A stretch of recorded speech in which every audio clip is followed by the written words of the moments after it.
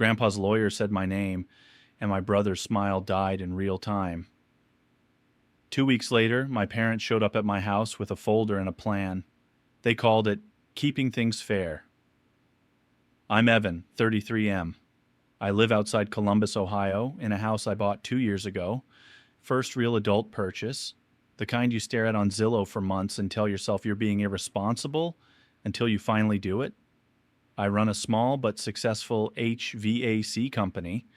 I started out of a borrowed van and a toolbox that smelled like metal and old sweat. We're not some tech unicorn. We do ductwork, furnaces, AC installs, service calls at 6 a.m. in February.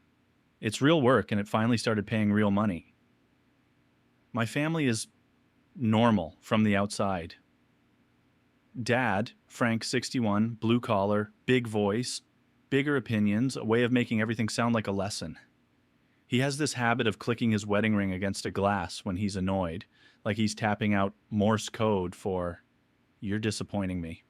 Mom, Linda, 59, church choir, just trying to keep the peace, which usually means she wants everyone happy, even if it requires someone bleeding quietly in the corner.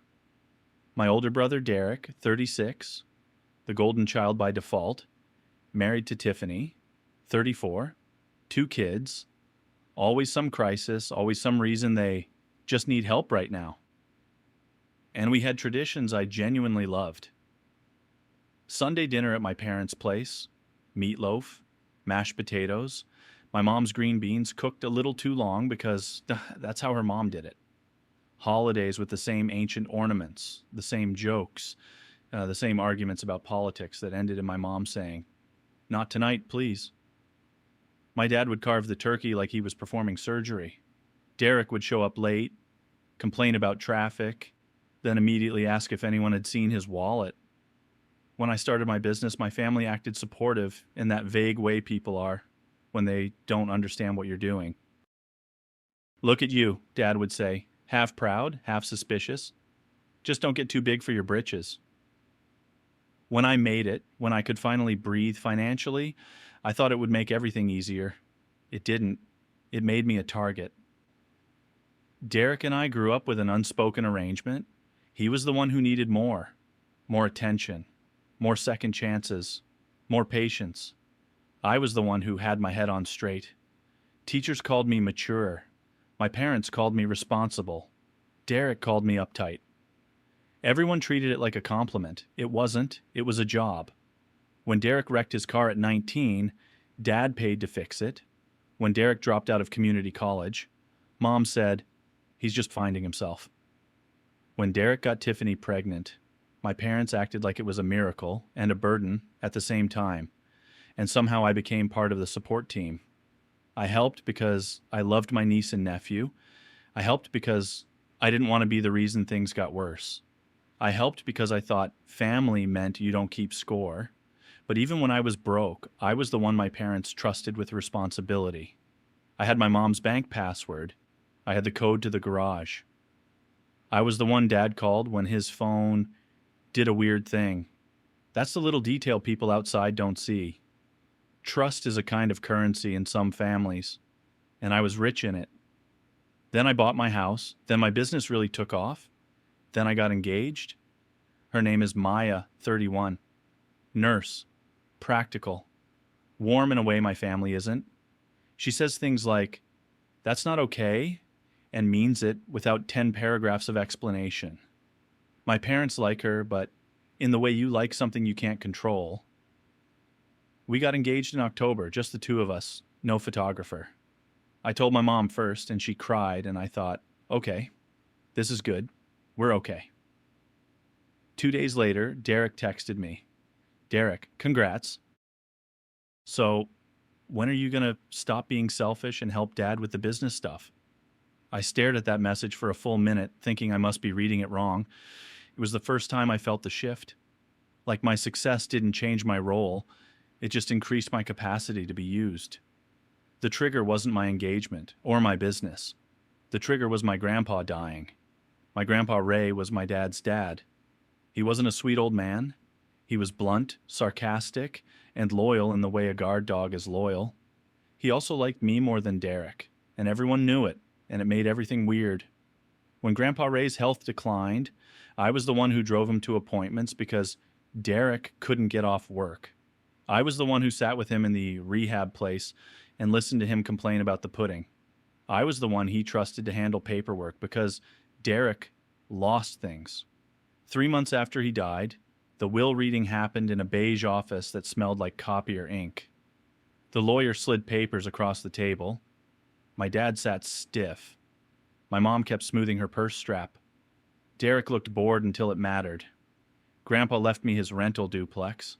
Nothing fancy, just 2 units in a working-class neighborhood that covered its own costs. And then some.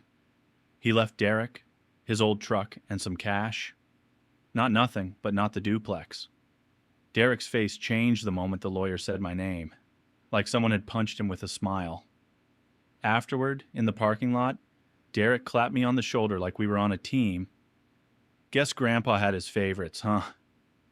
Dad did the ring click thing and said, "Well, that's something." I thought that would be the end of it.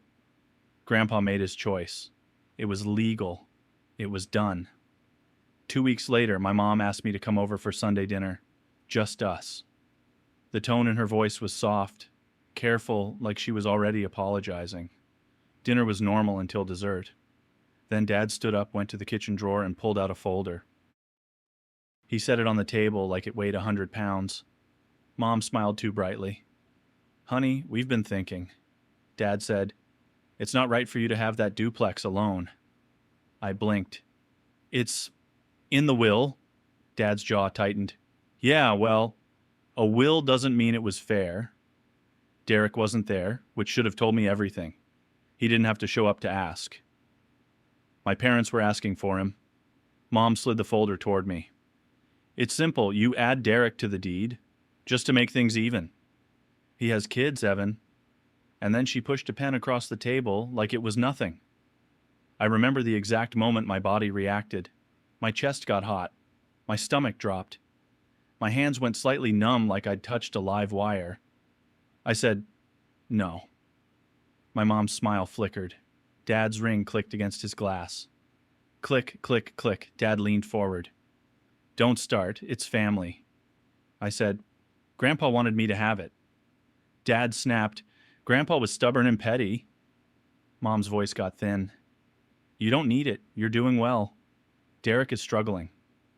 I looked at her and said, "So because I'm doing well, you want to take it?" She flinched like I'd slapped her.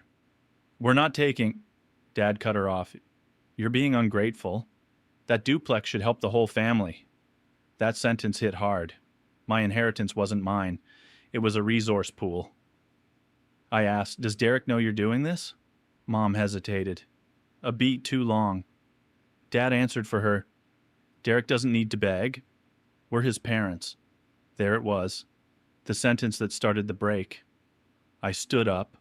My chair scraped. I said, "You're asking me to give Derek half of something Grandpa left me, and acting like I'm selfish for not doing it." Dad's voice went sharp. "You're acting like money is more important than your brother." I said, "You're acting like my brother is more important than me." Nobody spoke for a full second. My mom stared at her hands. Dad clicked his ring again, harder. That night I drove home shaking. Like I'd been in a car accident, but no cars had hit. Just my own family. After that dinner, my phone became a weapon. First came the texts. "Mom, please don't make this ugly." Dad, "Call me when you cool down." Derek, "So you're really going to screw me like that?" That one actually made me laugh out loud because it was so backwards, I almost admired it. I replied, "I'm not screwing you. I'm keeping what Grandpa gave me." Derek, "Wow, you changed." Then the family group chat started. My mom made it years ago. It's called FAM, because of course it is. "Mom, let's all talk kindly. No fighting." Derek, "Evan thinks he's better than everyone." Dad, "We raised you. We didn't raise a greedy man." My hands were shaking as I typed. I deleted 3 messages because they sounded too emotional, too messy. I didn't want to give them proof that I was unstable. That's how deep the training goes. Finally, I wrote, me. I'm not adding Derek to the deed. Grandpa made his choice. I'm done discussing it. My mom replied with crying emojis and hearts. My dad replied, Dad, so that's it? You pick a house over your family? Then Derek dropped the bomb. Derek, tell Maya congrats on the engagement. Hope she knows what kind of man you are. My stomach tightened. The mention of Maya in that chat felt like a hand reaching into my life. I called Derek immediately. He didn't answer. I called again. Straight to voicemail. Then Maya texted me from work. Your brother just messaged me. What is happening? I felt nauseous, like actual physical nausea. I drove to her hospital on my lunch break, met her outside by the employee entrance. She looked exhausted, hair tied back, eyes sharp with worry. She handed me her phone. Derek's message was right there. Just so you know, Evan's not telling you the full story. He's keeping money from his family and refusing to help his brother's kids. Be careful. Maya's face was calm, but I could see the hurt under it. Why is he involving me? Because it wasn't about fairness anymore. It was about control. If they couldn't get the duplex, they'd destabilize my life until I gave in. That night, my dad called me. The first thing he said wasn't hello. He said, Your mother hasn't eaten all day because of you. I felt my throat tighten. Dad, don't do that. He did it anyway. If you loved your family, you'd fix this. I said, Fix it how? By giving Derek half? Dad's voice went cold. By doing the right thing? I asked. Would you ask Derek to give me half of something he inherited? Dad didn't hesitate. If you needed it, yes. I laughed, sharp, ugly. No, you wouldn't. You never have. And then, right when I thought it might calm down, right when I thought maybe they'd realize they were pushing too far, my mom texted me something that changed everything. Evan, please don't be mad. We were just trying to keep everyone safe. Derek said you'd be angry if you found out, but the duplex paperwork, we already started some things. I read it 3 times, not understanding. I called her. What do you mean you already started things? She sounded small. Derek found a way to move it along. My chest got tight. Move what along? There was a pause, then she whispered like she was ashamed. He had the deed paperwork. He said you'd sign eventually. He used that online signature thing you set up for Dad. My vision went blurry. I sat down hard on my couch. You mean DocuSign? Yes, she said quickly. But it's not final. Mom, I snapped, louder than I ever snap at her. Are you telling me Derek forged my signature? She started crying. We didn't want to worry you. I felt like I was going to throw up. My hands were shaking so hard I could barely hold the phone. I said, very slowly, I'm checking everything. I hung up. I logged into my accounts. I checked email, spam folder, trash, and there it was, an automated notification from a county office email address. A document had been submitted, with my name on it. The small detail that made my stomach turn wasn't even the fraud. It was the signing timestamp, 2:13 a.m. Derek hadn't just done it. He'd done it late at night, like a thief, like he knew it was wrong. That was the secondary reveal, the moment the story stopped being family conflict and became crime. I didn't sleep. Every time I closed my eyes, I saw my mom sliding the pen across the table, smiling like she was handing me a harmless form. I saw my dad's ring clicking. I saw Derek's smug little shoulder clap in the parking lot. My chest felt tight constantly. I kept swallowing like there was something stuck in my throat.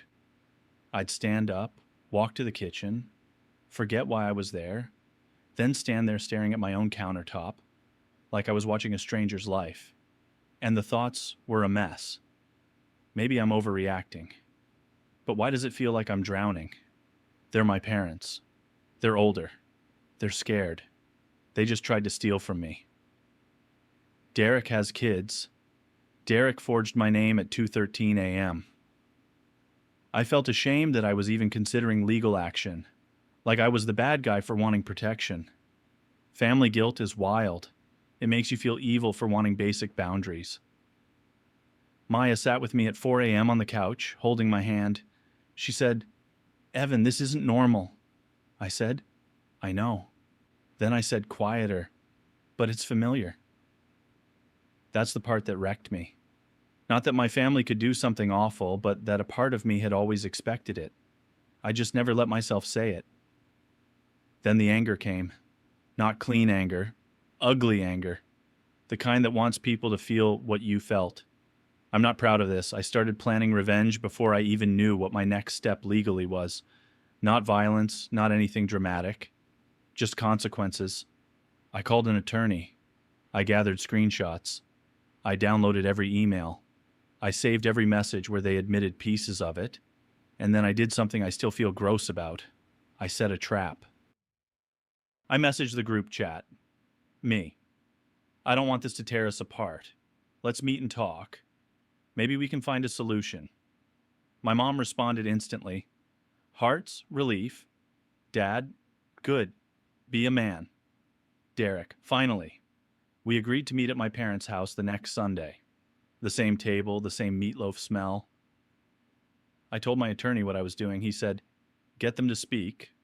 Record if it's legal in your state." It was one-party consent. So I downloaded a recording app and put my phone in my shirt pocket like I was about to do something dirty. Because I was. Sunday came. I walked into my parents' house and everything looked the same. The family photos on the wall, my mom's decorative "Bless this home" sign, the dent in the hallway drywall from when Derek slammed a door in high school. My mom hugged me too tightly. "Thank you for coming," she whispered like I was returning from war. Dad was stiff, arms crossed.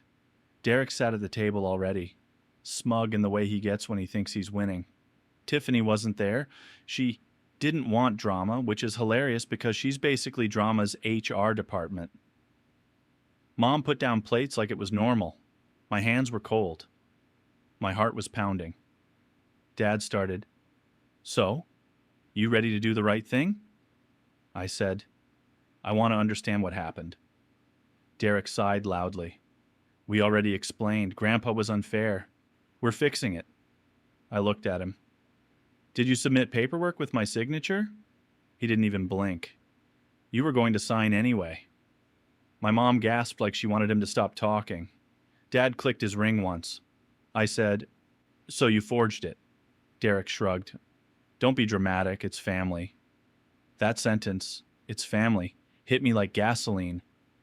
I asked, "What else have you done in my name?" Derek laughed. "Oh my God." Dad leaned forward. "Enough. Are you signing or not?" And something in me snapped into calm, like the panic burned out and left cold clarity. I said, "No." My mom started crying immediately. Dad's face went red. Derek leaned back, smile sharp. "Then you're choosing a building over your family. Hope Maya likes that." And that's when I did the revenge part. I took my phone out, put it on the table, and hit stop. The recording saved. Dad's eyes narrowed. "What are you doing?" I opened my email, pulled up the county submission notification, and slid it across to Dad. Then I pulled up the message from Mom where she admitted Derek used DocuSign. I said, quietly, "I'm filing a fraud report, and I'm contesting the filing. My lawyer already drafted it." My mom made a choking sound. "Evan, please." Dad stood up so fast his chair scraped. "You would call the police on your own brother." I looked at him and said, "He already committed the crime." Dad pointed at me like he didn't recognize me. "After everything we've done for you," Derek cut in, angry now. "You think you're so smart. You think you're—" I said, louder than I meant to, "You forged my name at 2:13 in the morning like a thief." The room went quiet. My mom sobbed. Dad's jaw worked like he wanted to bite through words. Then Dad said the thing that made the cost real. "If you do this, don't come back. You're not my son if you destroy this family." That sentence should have crushed me. Instead, it felt familiar, like the ultimate punishment my whole life had been built around. Stay in line or lose us. My hands were shaking, but my voice came out steady. Okay. Then I stood up, grabbed my coat, and left while my mom cried and my dad yelled and my brother called me names. I'm not going to type because they still echo. That afternoon, I filed the reports. I followed through. The county flagged the deed submission. My attorney sent formal notice. The paper trail became real in a way my family couldn't charm their way out of. And yes, this is the part I'm ashamed of. I also forwarded the recording to Tiffany. Not to help her, not to protect her, because I wanted Derek to feel pressure from the one person he can't dismiss as easily. I wanted his home life to wobble the way mine had. That was petty. That was revenge. That was me wanting someone else to hurt. It worked. Tiffany called me the next day, voice tight, and said, "Did he really do this?" I said yes. She whispered, "Oh my God," like she'd finally seen something she'd been refusing to look at for years. It's been a little over 5 weeks. The duplex is still legally mine. The fraudulent filing is being handled. My attorney says it's a process, which is lawyer speak, for nothing is fast and everything is expensive. I haven't spoken to my dad since that Sunday. My mom left a few voicemails, but every one of them has the same theme. Not, "Are you okay?" but, "Can you fix this?" Derek texted me once. "Derek, you happy now? Mom can't sleep. Dad's blood pressure is through the roof. You got your little win." I didn't respond. I stared at it until my chest hurt. Then I deleted the thread. Maya and I are still engaged. We postponed wedding planning because every time I looked at venues I felt sick, like joy was something I wasn't allowed to have until I paid my family off. Daily life is quieter now, and that quiet is weird. Sometimes peaceful, sometimes like standing in a house after a party and realizing you don't know if anyone will come back. The small detail that keeps wrecking me is dumb. I still have my mom's key on my keychain. Not because I use it, because I never took it off. Like my hand refuses to accept the reality my brain already knows. I've realized something ugly. My family loved me best when I was useful. When my success made me less controllable, they didn't celebrate it. They tried to harvest it. And I've realized something even uglier about myself. I wanted revenge, and I took it. I chose consequences that I knew would explode everything, because a part of me was tired of being the quiet, reasonable one. Some nights I miss them so much it feels physical. I miss Sunday dinners. I miss my dad's dumb jokes. I miss my mom's overcooked green beans. Then I remember my brother's voice saying, "You were going to sign anyway." And I remember my dad saying, I wasn't his son if I destroyed the family. Like the family wasn't already destroying me in small pieces for years. The truth is, the duplex was never just a duplex. It was the first time something valuable in our family was mine in a way they couldn't rewrite until they tried. And now, even though I protected it, I'm sitting with a quieter loss. I don't think I ever had the version of my family I thought I did. I just had the version that existed as long as I stayed obedient. So, yeah, the revenge worked, but the silence afterward has its own price. And it's the kind you pay in ordinary moments.